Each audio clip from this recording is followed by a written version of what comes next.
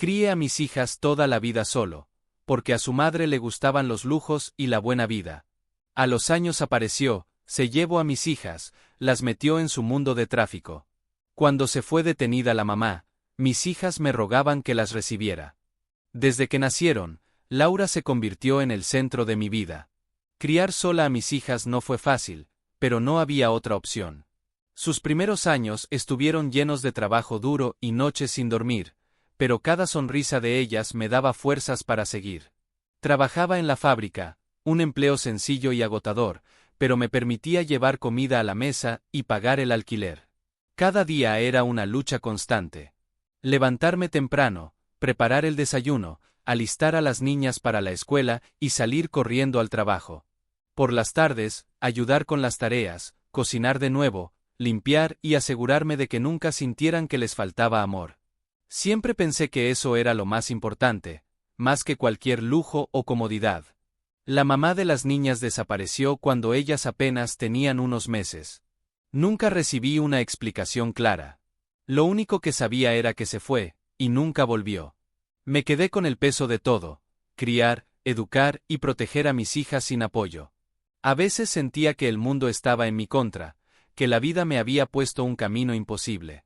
Pero miraba a mis hijas y todo cobraba sentido. Con el tiempo, ellas empezaron a preguntar por su mamá. No de forma directa, sino con preguntas tímidas y miradas curiosas. Trataba de ser honesto sin lastimarlas. Les contaba que algunas personas se van porque tienen problemas que no pueden solucionar, pero que eso no cambiaba cuánto las amaba ni lo mucho que quería que fueran felices. A los 10 años, las cosas siguieron igual, pero sus preguntas se hicieron más frecuentes. A veces inventaba historias para que se sintieran mejor, para darles algo de esperanza. No quería que sintieran tristeza ni abandono. Pero en el fondo, sabía que las heridas estaban ahí, invisibles pero profundas. Laura, mi mayor, era la más fuerte. Siempre protectora con su hermana menor, Sofía. Veía en ellas un reflejo de mi esfuerzo y sacrificio. Me enseñaron a ser paciente y a valorar los pequeños momentos de felicidad, como cuando las veía jugar en el parque o cuando se reían viendo una película en casa. Trabajaba largas horas en la fábrica, un lugar ruidoso y con poca luz, pero el salario era lo que nos mantenía a flote. No había tiempo para quejarme, ni para pensar en lo que me había perdido. Mi vida giraba alrededor de ellas. Los fines de semana, intentaba llevarlas al cine o al parque. No mucho, porque el dinero escaseaba, pero hacía lo posible para que no sintieran la falta de una familia completa. Sabía que no era suficiente, pero era todo lo que podía dar. Cada noche, cuando las niñas dormían, me quedaba pensando en el futuro. Me preguntaba si algún día podrían perdonar la ausencia de su madre, o si algún día entenderían por qué tuvo que irse. A veces lloraba en silencio, sintiendo que no solo luchaba contra el mundo, sino contra el destino. La rutina nos absorbía. Las tareas escolares, la comida, el trabajo, la casa. No había espacio para nada más. Pero a pesar de todo, la alegría de mis hijas me mantenía firme. En la escuela, las niñas eran buenas estudiantes, aunque tímidas y reservadas. Yo trataba de estar presente en todo lo que podía, a pesar de las largas jornadas laborales. Asistía a reuniones cuando podía, hablaba con sus profesores y me aseguraba de que no les faltara nada. Nunca les hablé mal de su madre. No quería que crecieran con resentimientos ni con odio. Prefería que se formaran su propia opinión algún día. Pero sabía que el vacío que había dejado era difícil de llenar. Las niñas crecían, y con ellas sus preguntas. Querían saber por qué la mamá no las visitaba, por qué no les llamaba ni enviaba mensajes. Intentaba ser fuerte y explicarles que a veces las personas no saben cómo amar o cuidar, y que eso no era culpa de ellas. Durante esos años, me hice amigo de otros padres en situaciones similares. Compartíamos consejos, esperanzas y a veces lágrimas. Saber que no estaba solo me daba un poco de alivio. Conocí a Ana, una mujer que trabajaba en la misma fábrica. Hablábamos durante los descansos, y poco a poco, se convirtió en alguien importante para mí. Me ayudaba a sobrellevar el estrés y la soledad, y mis hijas la querían mucho. Ana nunca intentó reemplazar a la madre de mis hijas. Sabía cuál era mi lugar y lo respetaba. Simplemente estaba allí, una compañera que ofrecía apoyo y cariño cuando más lo necesitaba. Pasaron los años, y las niñas se convirtieron en adolescentes. La etapa más difícil, pensé. Cambios, dudas, rebeldías. Intentaba ser paciente y escuchar, aunque a veces sentía que me perdía en el camino. Laura empezó a pasar más tiempo con sus amigas, y Sofía también. Yo notaba que se alejaban un poco, buscaban su independencia, lo normal en esa edad. Pero también sentía que necesitaban más. Más atención, más comprensión. Empecé a preocuparme por las malas influencias, por las decisiones que podrían tomar. Hablaba con ellas sobre el futuro, sobre las oportunidades, y sobre lo mucho que las amaba. Nunca les negué nada, dentro de lo posible. Trataba de darles lo que no tuve, para que no cometieran mis mismos errores. Pero también sabía que no podía controlar todo, que ellas tenían su propia vida, y que algún día tendrían que tomar sus propios caminos. A veces pensaba en la mamá de ellas. Me preguntaba qué habría sido de su vida, si alguna vez pensaba en las niñas. Nunca recibí noticias, ni siquiera un mensaje. Un día, Ana me dijo que había escuchado rumores de que la madre de mis hijas estaba en la ciudad. No le di importancia al principio, pero luego empecé a preguntarme qué pasaría si realmente volvía. No quería pensar en eso, porque temía que todo lo que habíamos construido se desmoronara. Pero la realidad era que la vida a veces trae sorpresas que no estás preparado para enfrentar. Siguieron pasando los días, y las niñas comenzaron a notar que yo estaba preocupado. Intentaban animarme, pero yo no podía ocultar la incertidumbre que sentía. Una tarde, mientras preparaba la cena, el teléfono sonó. Era una llamada de un número desconocido. Al contestar, escuché una voz que no escuchaba desde hacía años. Era ella, la madre de mis hijas. Su voz era diferente, cansada, pero firme. Me dijo que quería ver a las niñas, que había cambiado y que quería enmendar el tiempo perdido. No supe qué responder. Mi corazón se aceleró, y una mezcla de emociones me invadió: miedo, esperanza, rabia y tristeza. Le dije que lo pensaría, que tendría que hablar con las niñas primero. Colgué y me quedé mirando el teléfono, sin poder creer que después de tantos años, ella estaba de regreso. Esa noche no dormí.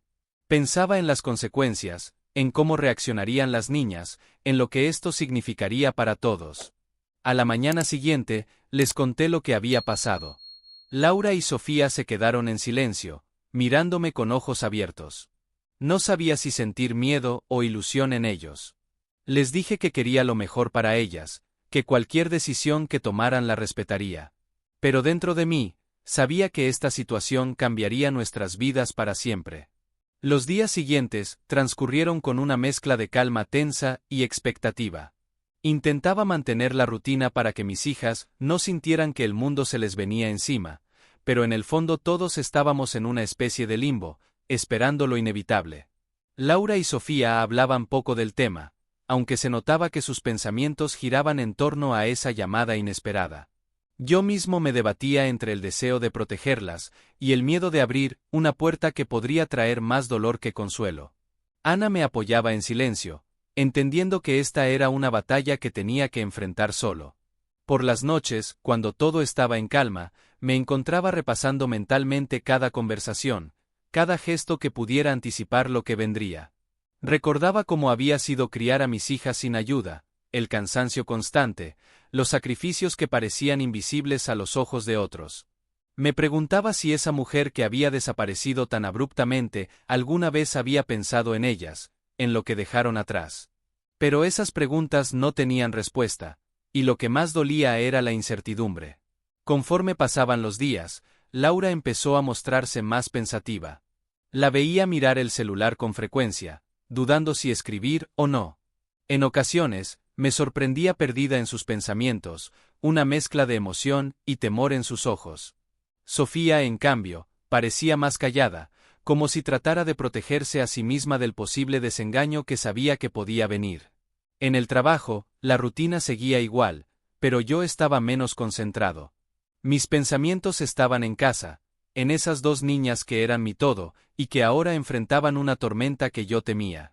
Ana me animaba a ser fuerte, a pensar en el bienestar de mis hijas antes que en mi propio dolor. Me decía que estaba haciendo lo correcto al darles espacio para decidir, aunque a veces eso significara aceptar lo que más temía. Una tarde, Laura me pidió que la llevara al parque. Quería hablar, decía, y yo no dudé en acompañarla. Sentados en una banca bajo el sol, me confesó que sentía que había un vacío en su corazón, una parte de ella que no entendía pero que anhelaba llenar. Me habló de su mamá como si fuera una persona lejana, casi un fantasma que a veces aparecía en sus sueños.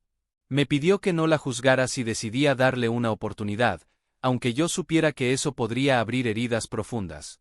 Le prometí que la apoyaría, que nunca dejaría de estar a su lado, sin importar lo que decidiera. Sofía, cuando finalmente habló, me dijo que tenía miedo.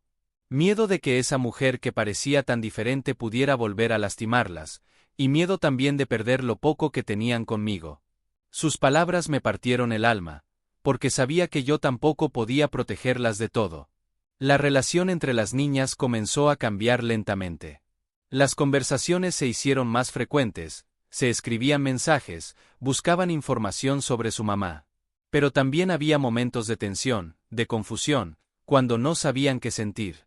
En la fábrica, Ana y yo hablábamos de todo esto a escondidas. Ella me recordaba que, aunque la vida fuera dura, siempre había una oportunidad para sanar, aunque fuera pequeña.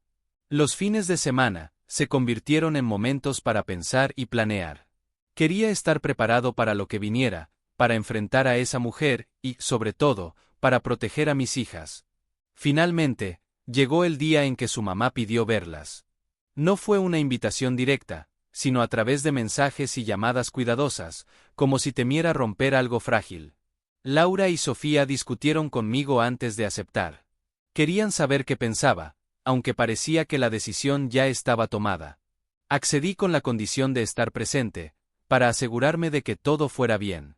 El encuentro fue en un café sencillo, lejos de nuestra casa, en un lugar público para evitar confrontaciones. Cuando entraron, vi a una mujer diferente, con signos de cansancio y arrepentimiento, pero también con una determinación que nunca había visto. Mis hijas se acercaron con una mezcla de nervios y esperanza, y ella las abrazó como si no quisiera soltarlas nunca.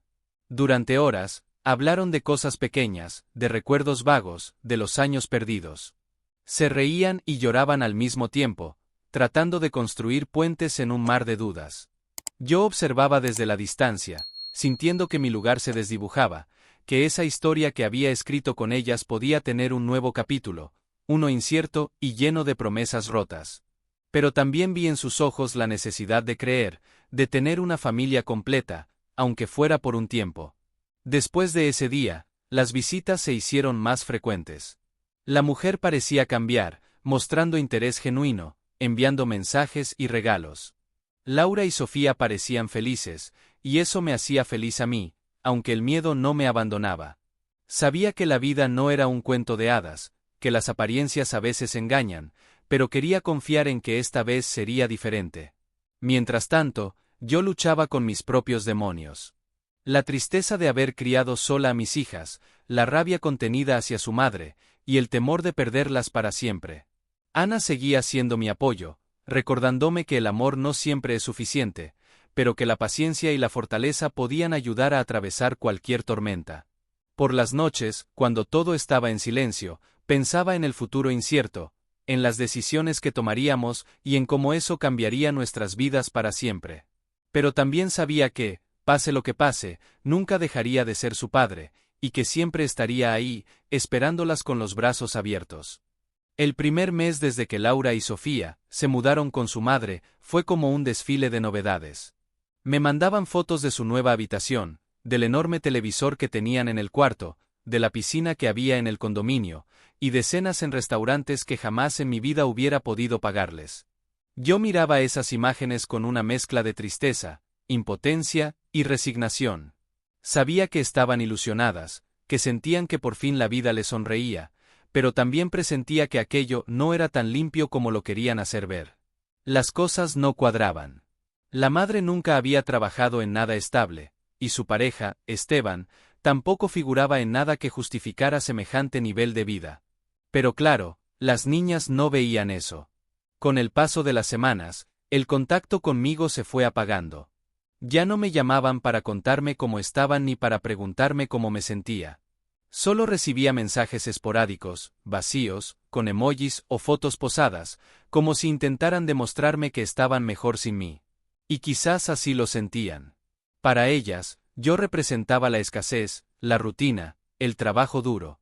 Allá tenían ropa nueva, maquillaje caro, celulares de última generación y una madre que de repente quería recuperar el tiempo perdido a punta de regalos y permisividad.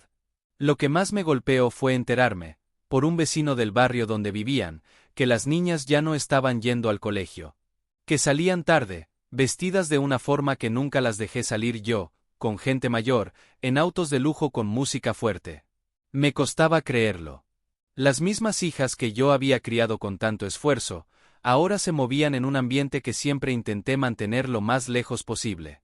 Fui a buscarlas una tarde, sin avisar. Toqué la puerta con el corazón acelerado, y cuando se abrió, fue Sofía la que me miró con fastidio. No con sorpresa, ni con pena, con fastidio. Me preguntó qué hacía ahí, como si mi presencia les estorbara. Atrás de ella se escuchaba música alta, risas, voces masculinas. Le pedí que saliera a hablar conmigo, y tras insistir varias veces, accedió. Nos sentamos en un banco frente al edificio. Le pregunté si estaban bien, si necesitaban algo, si seguían estudiando. Me contestó todo con evasivas, con frases cortas, como quien quiere cortar rápido una conversación. Cuando le pregunté si sabían a qué se dedicaba Esteban, me dijo que no era asunto mío, que él les daba todo lo que necesitaban y que, al menos, no las hacía vivir como pobres. Esas palabras se me clavaron como cuchillos. Me quedé en silencio, sin saber qué decir. Me levanté y le dije que siempre estarían mis puertas abiertas, pero ella ni siquiera se despidió. Después de eso, pasaron meses sin noticias. Fue Ana quien me mantuvo en pie durante ese tiempo. Me recordaba que no era culpa mía, que yo había hecho todo por ellas, pero yo no podía evitar sentir que había fallado. Las había criado solo, sí, pero no pude evitar que se perdieran apenas vieron un poco de dinero y libertinaje. A veces pasaba por el edificio donde vivían, solo para mirar de lejos, pero nunca salían. Cumplieron los 18 en ese entorno. Dos adolescentes que yo había criado con valores, ahora completamente sumergidas en un ambiente donde todo giraba alrededor del dinero fácil, las fiestas, la apariencia y el poder. Ya no eran las mismas. Me enteraba de sus pasos por comentarios de conocidos, por redes sociales donde mostraban una vida que parecía perfecta. Pero yo sabía, en el fondo, que eso tenía un precio. Y ese precio llegó.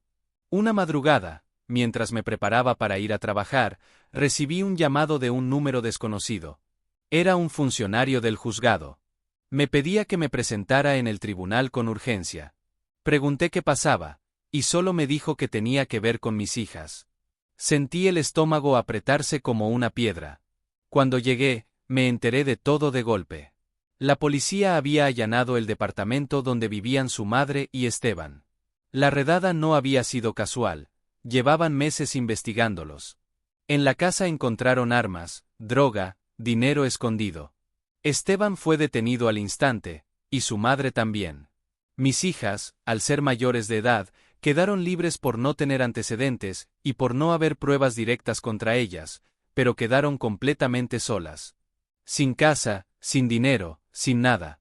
Lo peor fue que todo lo que creían que tenían, desapareció. Los autos, los muebles caros, los celulares, las tarjetas, todo fue incautado. Ni un peso quedó a su nombre. Habían vivido años en una fantasía financiada por el crimen, y al final, la realidad las golpeó sin misericordia. Cuando las vi, por primera vez en más de un año, fue en un pasillo del tribunal. Estaban sentadas, una al lado de la otra, con la mirada vacía. Ya no llevaban ropa cara ni maquillaje ostentoso. Lucían pálidas, asustadas, derrotadas. Apenas me vieron, se levantaron como si fueran niñas pequeñas, y corrieron a abrazarme. Las sostuve, sin decir una sola palabra, mientras lloraban desconsoladas. Me pidieron perdón entre lágrimas, me dijeron que habían sido tontas, que no supieron ver, que pensaban que su madre realmente había cambiado, que ese mundo las había envuelto tan rápido que cuando quisieron reaccionar, ya era tarde. Pero yo, no podía hablar. Tenía tanto por dentro. Rabia, pena, frustración. Me sentía traicionado por mis propias hijas, pero también dolido al verlas así, tan perdidas, tan rotas. Y dentro de mí, una voz me repetía: yo te lo advertí, pero preferiste el oro falso antes que la vida real. Ese fue el final de esa etapa. La caída. El momento en que se dieron cuenta de que todo lo que brilla no es oro, y que lo que abandonaron por buscar una vida mejor, era lo único real que habían tenido. Después de aquel abrazo en los pasillos del tribunal, no supe qué decirles. Las miré fijamente, una por una, tratando de reconocer a las hijas que una vez habían sido mías. Pero ya no eran niñas. Eran dos mujeres jóvenes, rotas por las consecuencias de sus propias decisiones. Les pregunté dónde se estaban quedando. Me dijeron que esa noche dormirían en casa de una amiga, pero que no sabían qué hacer después. No tenían ropa, no tenían documentos, ni un centavo. El departamento fue requisado por completo, y los autos que mostraban en redes ahora estaban estacionados en un galpón de la fiscalía, como evidencia. Me pidieron que las llevara a casa, a nuestra casa, como la llamaron. Yo no respondí de inmediato. Me limité a mirarlas en silencio. No por crueldad, ni por orgullo, sino porque algo dentro de mí, simplemente se había roto. La decepción era tan grande que no encontraba fuerza para volver a abrirles las puertas tan rápido. Les dije que necesitaba tiempo para pensar. Que no era tan fácil como volver atrás. Que yo había pasado muchas noches solo, preguntándome dónde me equivoqué, mientras ellas se dejaban seducir por un mundo falso. Me escucharon en silencio, bajando la mirada, pero no dije más. Les di algo de dinero para que comieran algo y me fui. En el camino de vuelta, manejando por calles grises, sentí que llevaba un vacío dentro más pesado que cualquier carga que haya llevado en mi vida. No lloré. Ya no quedaban lágrimas. Solo esa tristeza seca que se instala cuando uno se rinde por dentro. Esa noche no dormí.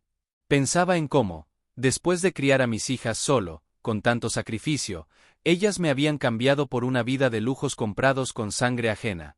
Recordaba cada Navidad en la que vendí cosas para comprarles regalos, cada día que fui a trabajar enfermo, cada comida que no me comí para que ellas tuvieran más. Y aún así, se fueron, sin mirar atrás. Pasaron los días. No supe más de ellas por un tiempo. Hasta que una mañana, saliendo de mi trabajo, me las encontré afuera, sentadas en una banca con bolsas de ropa vieja. Me dijeron que la amiga donde estaban se había hartado, que no tenían donde dormir. Me preguntaron si podían quedarse conmigo, aunque fuera unos días. Me quedé helado. Lo pensé unos segundos, y les dije que no. Les dije que yo no era un albergue, que esa casa ya no era su casa, que yo no podía hacer como si nada hubiera pasado. Les pedí que buscaran ayuda en los programas sociales del gobierno, que si querían reconstruir su vida, era hora de que aprendieran lo que costaba. Sofía rompió en llanto. Laura me miró como si no me reconociera. Pero no me detuve. Me fui. Durante semanas, escuché que estaban deambulando. Una vecina me dijo que las vio pidiendo trabajo en un local de comida rápida. Otra me comentó que las vio vendiendo ropa usada en ferias. Y aunque dolía, yo no intervenía. Por dentro, sufría cada noche. Pero me obligaba a no buscar rescatarlas. Porque entendí que el amor también es saber soltar, incluso cuando te duele. Un día tocaron la puerta. Era Sofía. Sola. Con los ojos hinchados y el rostro marcado por la calle. Me pidió 5 minutos. La hice pasar. Se sentó en la mesa y me dijo que necesitaba decirme algo, pero que no esperaba nada de mí. Me contó que Laura se había ido del país con una persona que conoció por redes. Que no sabía a dónde. Y que ella se había quedado sola. Que ahora sí entendía todo lo que yo había hecho. Que ahora sí veía la diferencia entre lo real y lo falso. Me pidió perdón. Pero no por volver, sino por haberse ido. Me levanté, me acerqué a ella, y la abracé. No le dije que todo estaba bien, porque no lo estaba. No le prometí que todo se arreglaría, porque no lo sabía. Solo la abracé, como la abrazaba cuando era niña, cuando lloraba por un raspón o por una pesadilla. En ese gesto, estaba todo. El dolor. El perdón. El amor. Esa noche durmió en casa. En su antigua habitación, ahora vacía y fría. No me pidió quedarse. No me pidió nada. Solo se quedó. Al día siguiente, me levanté temprano y encontré la mesa del desayuno servida. Ella lo había preparado. Me senté frente a ella en silencio. Comimos sin hablar. Solo al final me dijo: si quieres que me vaya, lo entiendo. Pero si me dejas quedarme, te juro que voy a hacer todo para ganarme tu confianza de nuevo. Y ahí supe que no se trataba de castigar, ni de olvidar. Se trataba de reconstruir. Con los pedazos que quedaban. Con lo poco que la vida nos había dejado. Desde entonces, Sofía vive conmigo. Trabaja en una peluquería del barrio. Gana poco, pero cada peso se lo suda. A veces la miro sin que se dé cuenta, y veo en sus ojos la niña que crié, la que se perdió un tiempo, pero que quiso volver. De Laura no supe más. Nunca más. Y aunque eso duele, aprendí a vivir con esa ausencia. Porque a veces, no todos regresan. A veces, uno pierde a quienes más ama, y no hay justicia divina que lo repare. Hoy, cuando paso por la pieza vacía que fue de las dos, me quedo en la puerta un rato, en silencio. No para pensar en lo que se perdió, sino para agradecer lo que quedó. Porque incluso entre ruinas, a veces, florece algo. Y si esta historia te tocó, si alguna vez también sentiste que diste todo y aún así te dejaron, si alguna vez criaste con las manos vacías pero el corazón lleno, suscríbete a este canal. Porque aquí, cada historia tiene un pedazo de verdad, aunque duela.